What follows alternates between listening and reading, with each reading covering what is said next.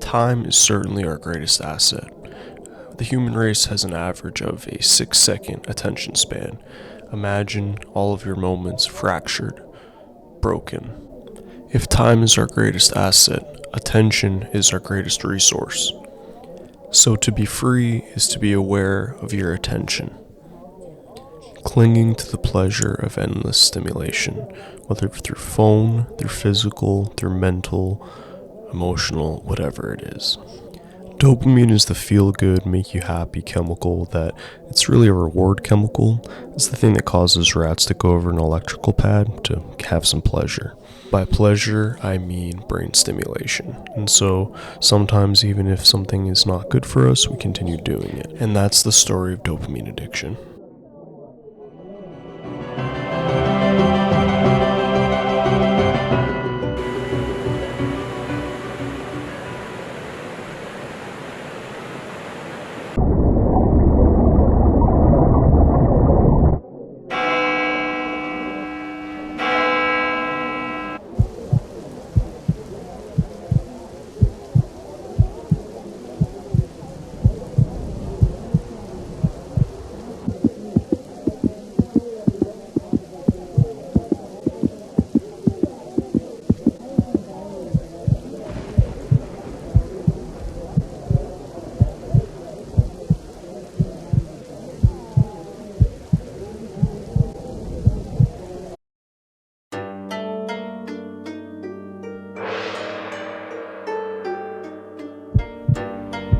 If you could ask any question and be guaranteed an answer, what would you ask?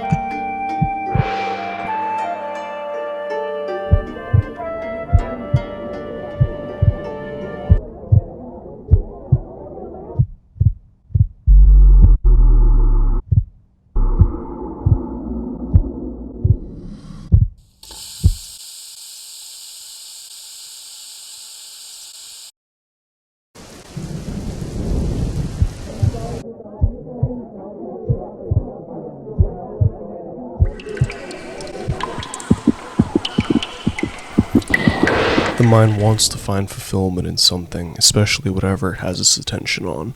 And so if you have a desire, a hunger, an urge, or something that is being presented to you as something that you want to do in your mind, so say you're sitting there in the moment on your phone, and then all of a sudden you're like, hey, I want to go get this food, or hey, I want to go do this, or hey, I want to go do that, or if I did this, then I would feel this way.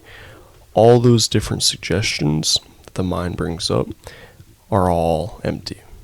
It's like running on a treadmill, trying to find meaning or purpose.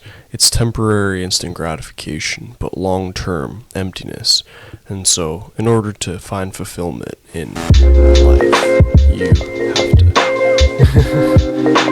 get out of the mind.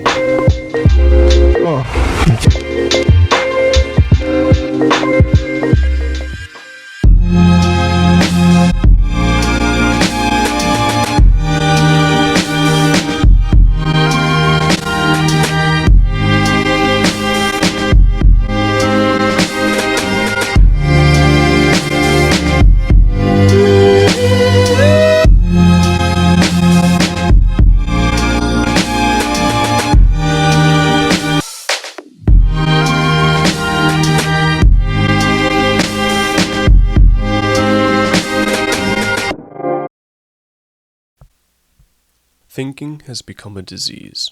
Disease happens when things get out of balance. For example, there's nothing wrong with cells dividing and multiplying in the body, but when this process continues in disregard of the total organism, cells proliferate and we have disease.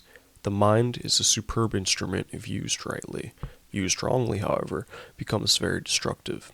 To put it more accurately, it is not so much that you use your mind wrongly, you usually don't use it at all. It uses you.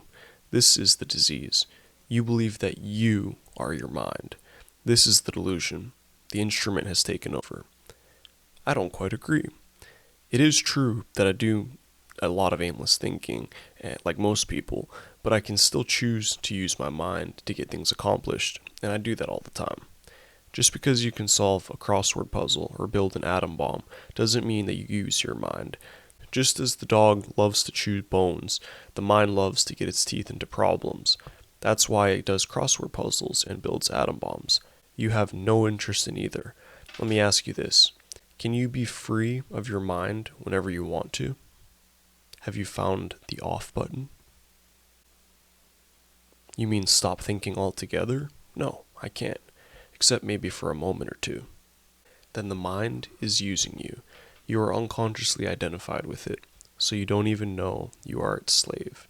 It's almost as if you are possessed without knowing, and so you take the possessing entity to be yourself. The beginning of freedom is the realization that you are not the possessing entity, the thinker. Knowing this enables you to observe the entity. The moment you start watching the thinker, a higher level of consciousness becomes activated.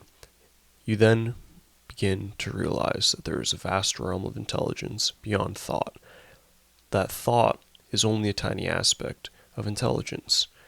You also realize that all things that truly matter, beauty, love, creativity, joy, inner peace, arise from beyond the mind. You begin to awaken.